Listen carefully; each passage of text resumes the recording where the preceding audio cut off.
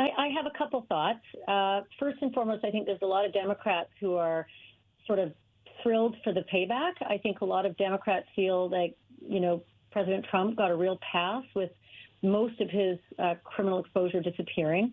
And so, first and foremost, I think that there'll be a lot of politicking out there.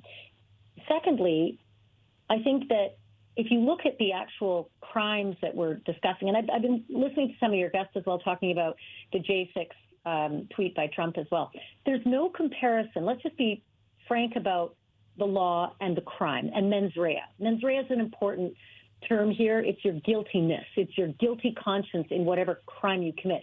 The bigger the mens rea, the bigger the crime, the bigger the punishment, right?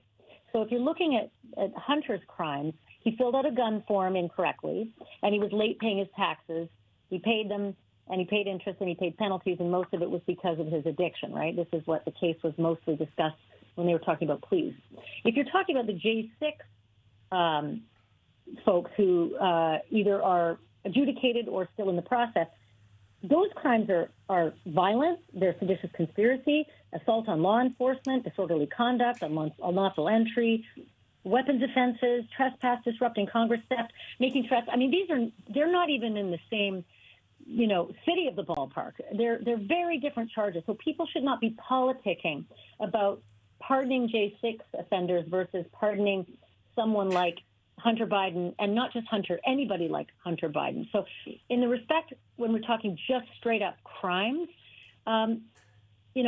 legally speaking, the crimes that Hunter Biden was charged with, they just usually don't see the light of day. And so I can understand why people talk about it being a political prosecution. That's not the same as the J6 prosecution. So let's be just fully clear about that. Yeah, really appreciate that context. And Ashleigh, as well, in your expertise, do you believe that this means that Congress cannot investigate going forward anything relating to Hunter and Joe Biden's alleged ties to Ukraine? Are there any implications with that? So pardons are funny things, right? They can be for things that already happened, and they can be for things in the future. So I have not seen the pardon that Joe Biden signed. I've seen his statement. I've seen his talk of the prosecution, specifically that the felony charges for the gun form and the tax infractions. But I haven't seen the pardon. So he very well could have pardoned him for future prosecutions as well. And until I actually see the language of it, I couldn't comment on that. But it is interesting. Most people think pardons are for things that are done. They are also for things in the future. I appreciate that. We'll be watching out for that. In that case, Chris Hahn, just a short time ago on our air, saying that this is a gift to Trump. Do you agree with that?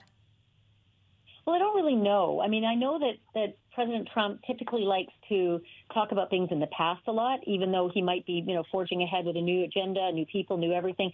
He likes to have sort of a scrappy foe. That's why when he became president last time around, he continued his constant beef with Hillary Clinton. Even though she lost, he just continued it on, and it went on for his whole 4 years and beyond, right?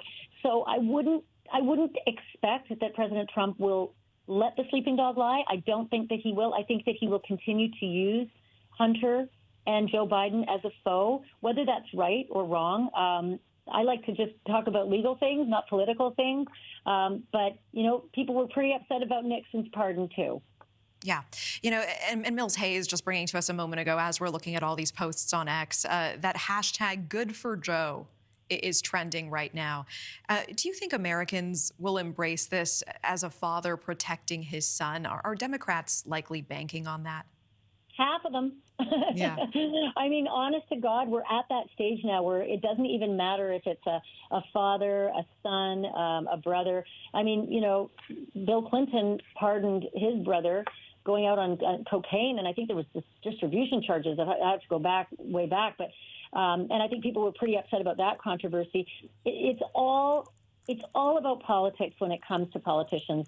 The opposing party doesn't care if it's your kid. I think that's sad. I think we should all have a little bit more forgiveness among us. But no, I really, truly believe that a lot of Democrats will be knee-slapping and saying, well, at least we got one before he goes out. I think Democrats were reeling not only in the loss to President Trump, but they were also reeling in the loss of the prosecutions that were fully in play, including a sentencing that was supposed to happen, just at the end of last month.